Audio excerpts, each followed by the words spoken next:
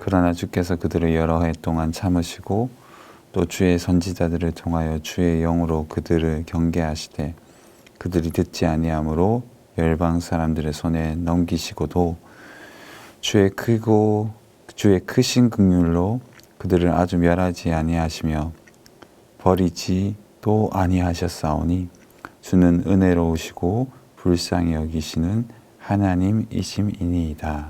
아멘. 샬롬 이용병 목사입니다.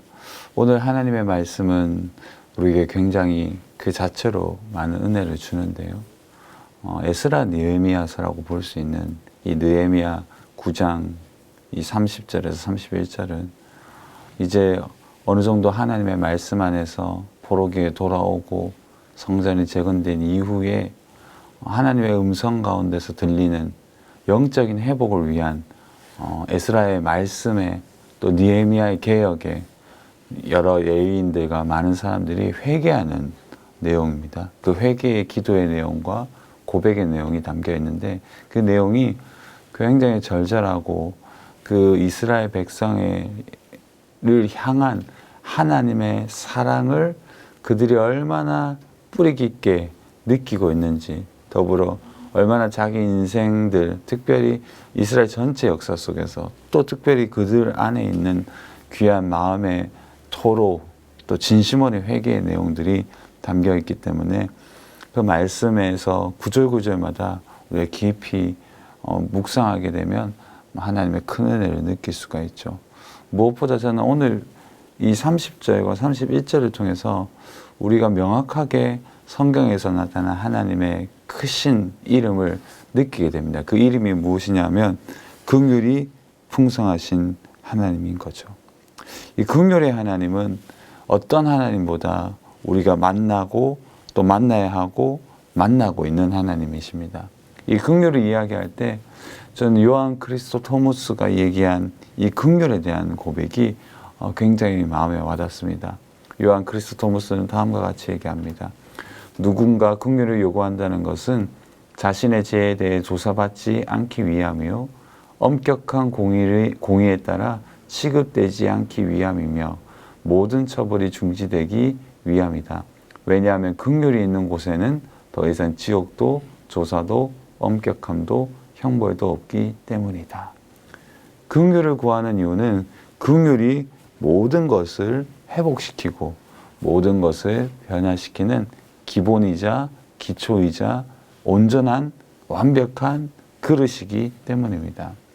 우리 인생에서 우리는 완벽할 수 없고 결국 하나님의 말씀 안에 순종할 때보다 순종하지 않을 때가 많고 우리는 은혜 받고 있음에도 불구하고 늘 하나님께로 떠나고자 하는 어떤 죄악된 습성이 있기 때문에 항상 우리가 필요한 것은 뭐냐 하면 하나님의 긍휼입니다. 돌아오게 하시는 하나님의 은혜 주시는 하나님의 은혜.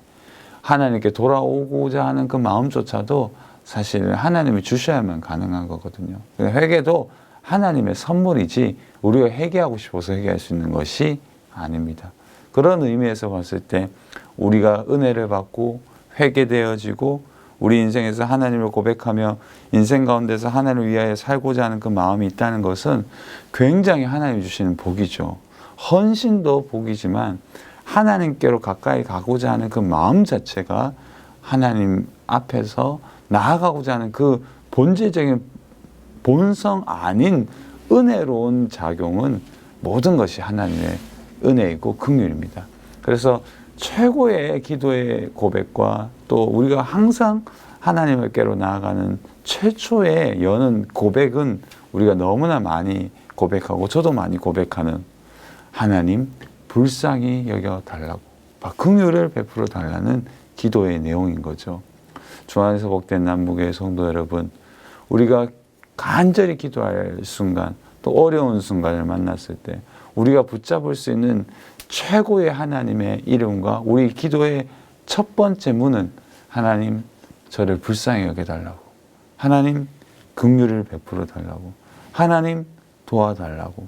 특별히 죄악을 지었거나 우리가 큰 고난을 만났을 때는 정말 주님 앞에 부복하고 납작 엎드리오니 저의 인생을 돌아보시고 돌아오시고 함께 해달라고, 불쌍히 여겨달라고, 그런 간절한 기도에 우리 아버지 하나님은 절대 외면하신 분이 아니십니다. 하나님은 우리의 음성을 듣고 계시고 여전히 우리의 삶에 보이게 보이지 않게 역사하신다는 것을 우리는 믿고 고백하는 거죠. 그것이 바로 섭리이고 주권적인 하나님의 은혜를 믿는 우리 개혁주의 신앙 안에서의 이 장로교의 위대한 믿음의 유산인 거잖아요. 다시 한번 요한 크리스토토무스는 회개에 대해서 다음과 같이 이야기를 합니다. 이 본문은 사실상 하나님께로 토로하고 회개의 기도인 것처럼 회개라는 것은 정말 중요한데요.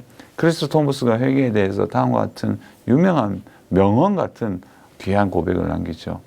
요한 크리스토토무스는 다음과 같이 얘기합니다. 주님은 우리가 그분 앞에서 눈물로 우리의 잘못을 고백하는 것 외에 다른 것을 요구하지 않으신다. 굉장히 좋은 고백이죠. 우리 주님은 눈물 외에는, 진심 어린 회개 외에는 대가나 보상을 원하지 않습니다.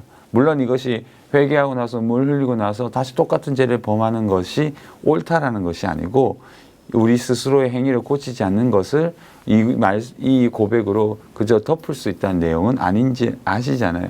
이것은 바로 진심 어린 눈물만이 하나님이 원하시는 것이지, 우리가 특정한 무엇인가를 보상으로, 무엇인가를 대가로 행위를 고치는 것이 먼저이지 않다는 거죠.